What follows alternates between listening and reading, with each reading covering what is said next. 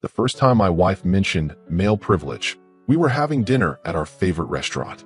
She had just finished a 3-day social justice workshop and was buzzing with new terminology. I nodded along, genuinely interested in understanding her perspective. Little did I know this conversation was the first drop in what would become a tidal wave threatening to drown our 5-year marriage. Within weeks, these discussions evolved from occasional conversations into structured daily interventions. Every evening after work, I'd walk through the door to find her sitting at the dining table, notebook open, ready to dissect my day's transgressions. At first, I approached these sessions with an open mind. Maybe I did have blind spots that needed addressing.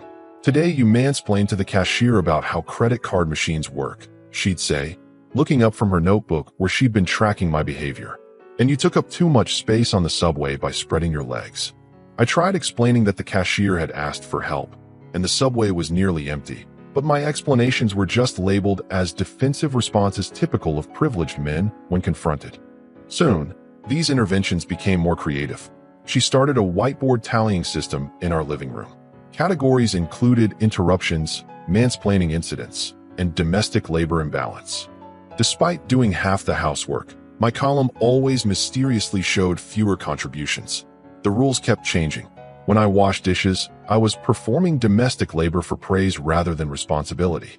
When I didn't mention doing chores, I was hiding my contributions to maintain domestic power dynamics. 3 months in, she created a jar system.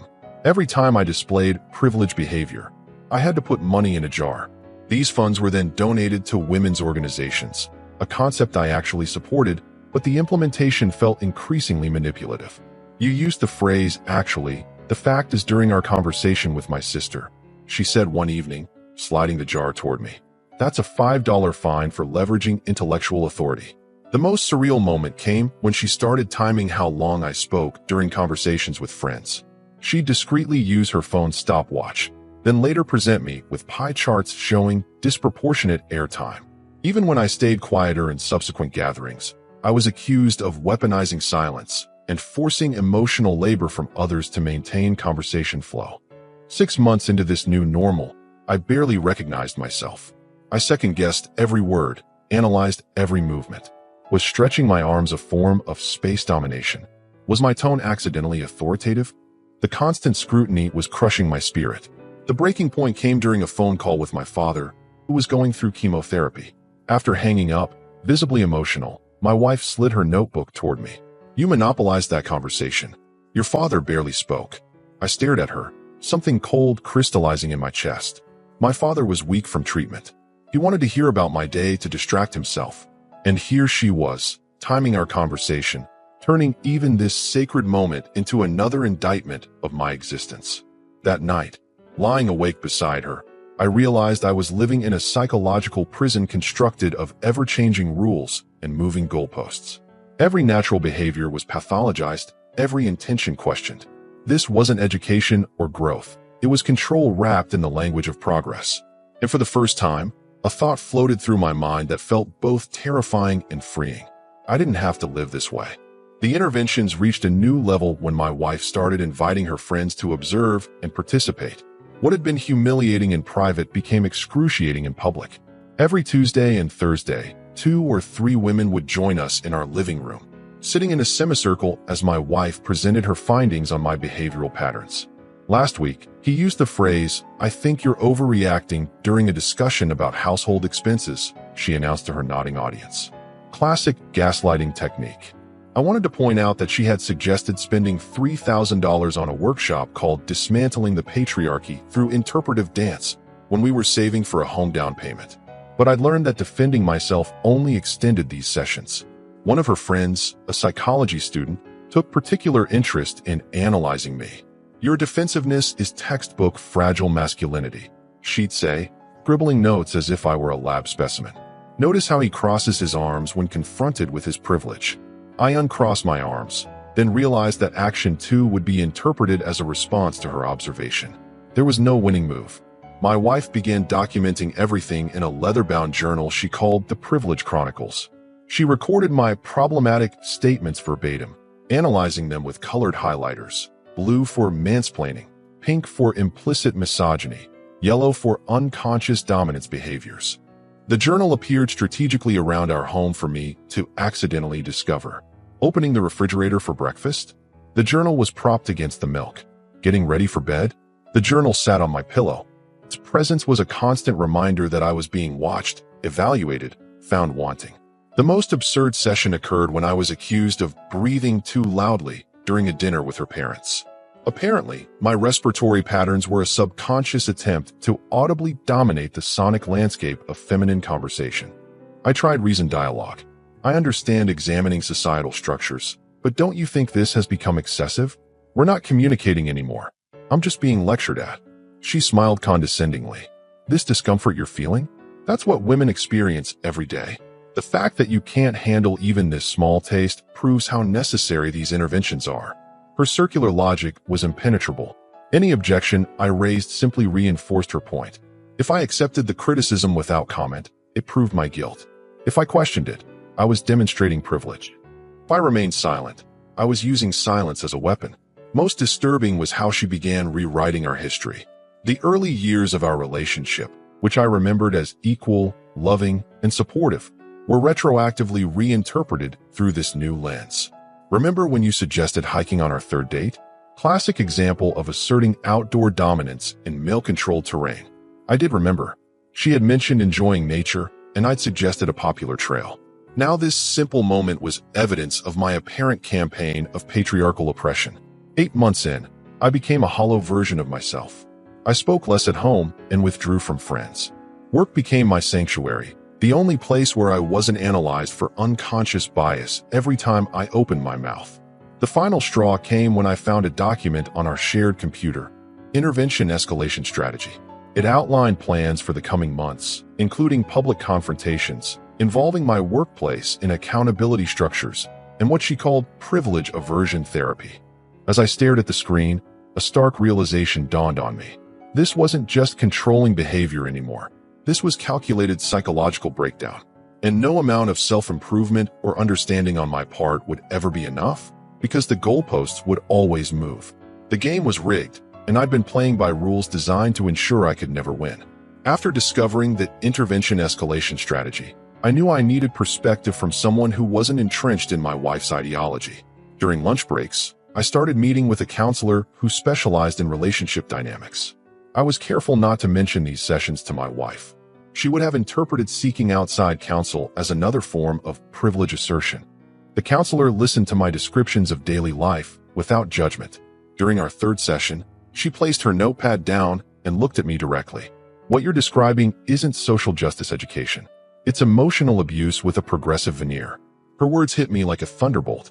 I'd been so caught up questioning my own behavior that I hadn't recognized the manipulative patterns for what they were.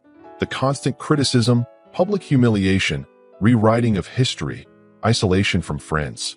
These were textbook abuse tactics, just packaged in contemporary language. But she genuinely believes she's helping society, I countered. Perhaps, the counselor replied. Many controlling people justify their behavior through larger causes. That doesn't make the impact any less harmful. Armed with this new framework, I began seeing our interactions differently. The privilege jar wasn't accountability, it was financial control. The public interventions weren't education, they were ritualized humiliation. The constant documentation wasn't awareness raising, it was surveillance. I decided to make one final attempt at honest communication. I suggested couples therapy, careful to propose a counselor who specialized in progressive relationship dynamics, so she couldn't dismiss the idea outright. Therapy, she scoffed. That's your response to being confronted with your privilege?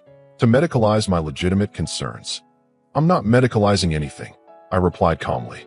I'm suggesting we find a healthier way to communicate that doesn't involve one person constantly criticizing the other. She paced our living room, incredulous. You've completely missed the point. These interventions aren't about your feelings. They're about justice. The fact that you're centering your comfort shows exactly why this work is necessary. But a relationship can't survive when one person appointing themselves as the other's judge, jury, and prosecutor, I said. Her eyes narrowed. So now you're comparing social justice to a trial? This is exactly the kind of false equivalence that privileged people use to avoid accountability. I took a deep breath, maintaining my composure despite the familiar sting of her dismissal. I'm just asking for mutual respect, for conversations instead of lectures. for partnership instead of surveillance. For a moment, something flickered across her face, perhaps recognition of the reasonable nature of my request. But just as quickly, it hardened into righteous certainty. If you're unwilling to acknowledge your privilege and do this important work, then you're part of the problem, she said, voice rising. And I need to decide if I can remain married to someone who refuses to recognize their role in systemic oppression. There it was, the ultimatum I'd sensed coming for months. Submit to the endless interventions and escalations, or the marriage was over. In her framework, those were the only two options. I think we both need to consider what we want from this relationship, I replied, keeping my voice level despite the adrenaline coursing through me. That night, she slept in the guest room. I lay awake, the weight of realization settling over me. For nearly a year, I'd been trying to prove my worthiness through an evaluation system designed to ensure I would always fail. No matter how I changed my behavior, new offenses would be found. No matter how I phrased my thoughts, problematic patterns would be identified. The truth crystallized with painful clarity. This wasn't about growth or justice or creating a better relationship. This was about power and control, dressed in the language of equality. And for the first time, I allowed myself to fully consider a thought that had been growing in the back of my mind. Perhaps the most self-respecting thing I could do was walk away. The breaking point came during a dinner party with 4 other couples. My wife had been documenting my transgressions throughout the evening on her phone. I noticed her typing after I poured myself a drink without offering one to everyone first, resource hoarding. When I accidentally interrupted someone, conversational dominance. And when I disagreed about a film's interpretation, invalidating feminine perspectives. Midway through dinner, she clinked her glass. I think this is a perfect teachable moment for everyone, she announced. I've been helping my husband understand his privilege through daily interventions, and tonight provides some excellent examples. The table fell silent. I felt heat rising in my neck as 12 eyes turned toward me. In just the past hour, she continued, consulting her phone, he's exhibited 7 distinct privilege behaviors that reinforce patriarchal norms. She proceeded to list every perceived offense, complete with timestamps and contextual analysis. One couple exchanged uncomfortable glances. Another friend studied her plate intently. Only one woman nodded enthusiastically throughout the presentation. So as you can see, my wife concluded, these interventions are crucial for dismantling internalized dominance patterns. She looked at me expectantly, waiting for my usual apologetic response. In the past, I would have awkwardly acknowledged my mistakes to end the public shaming. But something had shifted within me. I placed my napkin beside my plate and spoke calmly. I appreciate your feedback. I'll reflect on that. My measured response clearly disappointed her. The anticipated spectacle of my public contrition didn't materialize. After an awkward silence, conversation tentatively resumed, though the evening never recovered its earlier warmth. On the drive home, my wife fumed. That was completely inadequate. You were supposed to acknowledge each point and explain how you'd correct those behaviors. We were at a dinner party. I replied evenly. It wasn't the appropriate setting for that kind of intervention. Every setting is appropriate for confronting privilege, she snapped. Your discomfort is exactly what needs to be examined. I nodded, not in agreement, but in recognition. This moment clarified everything. There would never be a boundary she respected, never a line she wouldn't cross in service of her righteous cause. My humanity had become secondary to her ideology. The next morning, I called in sick to work and waited until she left for her weekly Dismantling Heteropatriarchy workshop. Then I made 3 important calls. First, to my bank, where I secured my financial accounts and started the process of separating our finances. I wasn't looking to hide assets. Everything would be divided fairly, but I needed to ensure she couldn't empty our accounts in retaliation. Second, to a lawyer who specialized in men's divorce rights. I explained my situation with clinical detachment, as if discussing someone else's life. The lawyer listened without interruption. Unfortunately, this isn't as uncommon as you might think, he said. Let's discuss how to protect you through this process. Third, to a real estate agent. I needed to know my housing options if I needed to leave quickly. Over the next 2 weeks, I operated with strategic precision.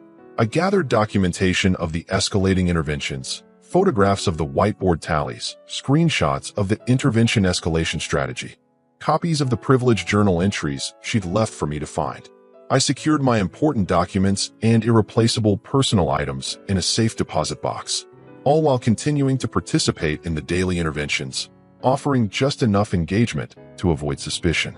I'd respond with neutral phrases like, "I hear your concern," and "That's an interesting perspective," neither accepting nor rejecting her criticisms. My wife mistook this change in tactics for submission. "The interventions are finally working." I overheard her telling a friend on the phone. "He's becoming more receptive to the process."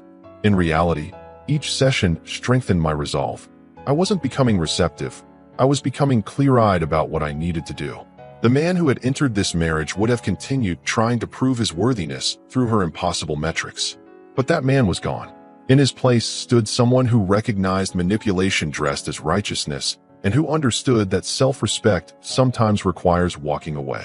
2 more weeks passed as I finalized my preparations. Then I received a text that confirmed the moment had arrived. "Special intervention session tonight. Invited the whole accountability group. Be home by 6 sharp."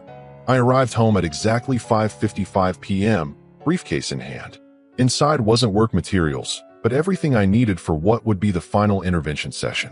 Through the living room window, I could see 7 women arranged in a semicircle. My wife stood before a newly purchased whiteboard with comprehensive privilege assessment written in bold letters at the top. I straightened my tie, took a deep breath, and walked through the door with deliberate confidence. The room fell silent as I entered. "Right on time," my wife said, checking her watch. "Tonight is important. After nearly a year of interventions, we're conducting a thorough evaluation of your progress." I nodded politely, setting my briefcase beside the chair positioned conspicuously in the center of the room, the designated hot seat. "We'll begin with a review of recent incidents," she continued, uncapping a red marker. "Then move to testimonials from the accountability group about patterns they've observed. Finally, we'll outline the intensified intervention strategy for the coming year." The casual way she announced her plans to continue this indefinitely confirmed everything. This wasn't a phase or a temporary exploration. This was who she had become and what our marriage had become. "Before we start," I said calmly, "I have something I'd like to share with the group, if that's acceptable." My wife hesitated, thrown by this departure from the usual script. "We have a full agenda. It won't take long," I assured her, opening my briefcase. I removed a folder and stood, not in the designated chair, but alongside it, a small act of defiance against the choreographed humiliation. For the past year, I've been the subject of what my wife calls privilege interventions. I've participated willingly, believing they came from a genuine desire for growth and equity. I opened the folder and removed a stack of printed emails. However, I recently discovered these exchanges between my wife and several members of this group. My wife's expression shifted from confusion to alarm. "Those are private. They detail how to, quote, break down resistant male subjects through escalating psychological pressure. They outline techniques for creating compliance through controlled environments and social isolation." The room temperature seemed to drop 10 degrees. 2 women exchanged uncomfortable glances. Another stared at the floor. "These aren't strategies for education or growth," I continued, voice steady. "They're manipulation tactics. And they have a clinical term, emotional abuse." My wife's face reddened. "You're completely twisting this." I held up my hand, a gesture she had used countless times to silence me. I'm not finished speaking. The reversal of our usual dynamic hung in the air. I removed a second document from my folder. This is an assessment from a licensed therapist specializing in emotional abuse, based on documented incidents from our relationship. I've removed all identifying details, but the conclusion is clear. These interventions fit the clinical criteria for systematic psychological manipulation. I placed the paper on the coffee table. One woman leaned forward to glance at it, then quickly sat back. "I've spent a year examining my behavior, questioning my motives, and trying to be a better person. I still believe in equality and examining privilege. But what's happened in this marriage isn't about justice or growth. It's about control." My wife's expression hardened. That's exactly what someone unwilling to confront their privilege would say. I'd anticipated this response, the circular logic that transformed any defense into further evidence of guilt. But her words no longer had power over me. "I've reflected deeply on what a healthy relationship requires," I continued. "Mutual respect, boundaries, the ability to speak without fear of constant criticism, the presumption of good intent. I removed a final document from my briefcase. This is a petition for divorce on grounds of emotional cruelty. It includes documentation of the systematic psychological abuse I've experienced. My lawyer will contact yours tomorrow. The silence was absolute. Several women shifted uncomfortably in their seats. My wife stared at me, her expression moving from shock to anger to something like fear. You can't just... I'm exercising my privilege to walk away from an abusive relationship, I said, closing my briefcase. The privilege of self-respect. The privilege of choosing not to remain in a marriage where I'm treated as a problem to be solved rather than a person to be loved. I moved toward the door, then paused. I've arranged to stay elsewhere tonight. I'll coordinate a time to collect my belongings. I turned to the group. Ladies, this concludes tonight's intervention. As I walked to my car, I felt no triumph, no vindictive satisfaction, only the quiet certainty that comes from finally acting in alignment with your own self-worth. Behind me, through the still open door, I could hear the murmur of confused voices, my wife's among them, already trying to reframe what had just happened. But I was beyond the reach of her interpretations now. For the first time in a year, I was breathing freely. The aftermath unfolded with predictable drama. Within hours, my phone exploded with messages from her friends, alternating between condemnation and attempts at mediation. My wife launched what she called a restorative justice process, which mainly consisted of trying to damage my reputation among mutual acquaintances. She framed my departure as an inability to handle accountability, as patriarchal fragility in action. I maintained radio silence, communicating only through my attorney. This wasn't out of spite, but self-preservation. Any direct engagement would be twisted and weaponized. The divorce proceedings moved forward with clinical efficiency. The documentation I'd gathered proved invaluable, not for revenge, but for establishing clear boundaries during the separation. 6 months later, sitting in my new apartment across town, I reflected on how thoroughly my life had transformed. The constant weight of scrutiny had lifted. I no longer flinched when my phone buzzed, no longer rehearsed responses to potential accusations, no longer navigated my home like a minefield. The most surprising outcome was how many mutual friends reached out privately. What happened in your marriage has been happening in our friendship group too, one woman confided. The constant correction, the public call-outs, the inability to have normal conversations anymore. It's exhausting. Another friend admitted. I played along because questioning anything meant being labeled problematic. But watching what happened to you made me realize how toxic it's become. Even one member of the accountability group contacted me. I joined because I believed in the cause, she wrote. But that final night, seeing everything laid out so clearly, it wasn't education. It was something else entirely. These conversations reinforced what I'd slowly realized. Genuine progress doesn't come through domination or control, regardless of how righteous the language used to justify it. My ex-wife attempted reconciliation exactly once, 3 months post-divorce. She suggested meeting for coffee to process what happened. I politely declined. Her response was telling. This refusal to engage is exactly the privileged behavior that necessitated the interventions in the first place. Her words confirmed that nothing had changed. Even now, she was incapable of seeing me as an equal partner with valid boundaries. The psychological framework that had poisoned our marriage remained firmly in place. Dating again felt strange at first. I found myself automatically monitoring my behavior, waiting for corrections that never came. During my second date with an environmental scientist, I caught myself apologizing for mentioning statistics about her field. "Why are you apologizing?" she asked, genuinely confused. "I thought I might have come across as explaining your own profession to you," I admitted. She laughed. "You were adding to the conversation, not lecturing me. That's how discussions work." Her response was a balm to a wound I hadn't realized was still raw. Healthy communication wasn't a minefield. It was a dance of give and take, of mutual sharing without constant suspicion of ulterior motives.